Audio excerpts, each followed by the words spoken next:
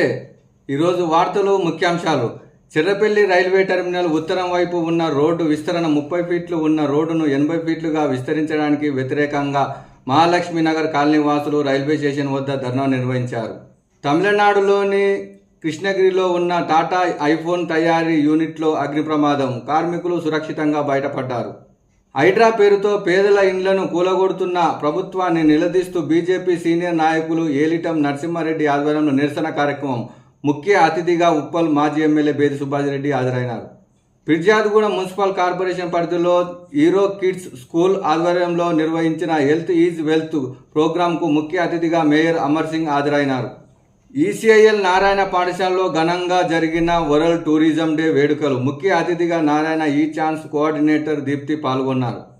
తెలంగాణ ప్రజల ఆకాంక్షలకు అనుగుణంగా ఏర్పాటైన ప్రజాపాలన ప్రభుత్వం తెలంగాణ ఉద్యమకారులందరికీ న్యాయం చేస్తామని మంత్రి పొన్నం ప్రభాకర్ ఎమ్మెల్సీ ప్రొఫెసర్ కోదండరాం హామీ ఇచ్చారు. ఆర్మూడ్ వెహికల్స్ నిగమ్ లిమిటెడ్కు చెందిన హెవీ వెహికల్స్ ఫ్యాక్టరీ హెచ్వీఎఫ్లో టెక్నీషియన్ ఉద్యోగాలు. మొత్తం ఖాళీలు 271, వేతనం 23,000. దరఖాస్తు చివరి తేదీ అక్టోబర్ 11. ప్రపంచవ్యాప్తంగా ప్రస్తుతం సాంకేతికంగా ఎన్నో మార్పులు వస్తున్నాయని, న్యాయ వ్యవస్థ కృత్రిమ మేధను మరింత ఉపయోగించుకొని బాధితులకు న్యాయం జరిగే విధంగా చూడాలని రాష్ట్రపతి ద్రౌపది ముర్ము అన్నారు. భారత్ వర్సెస్ బంగ్లాదేశ్ మధ్య కాన్పూర్ వేదికగా జరుగుతున్న చివరిదైన రెండో టెస్టు వర్ణుడు ఆటంకం కలిగిస్తున్నాడు. ఆట డ్రాగా ముగిస్తే కాస్త సంక్లిష్టంగా కానుంది.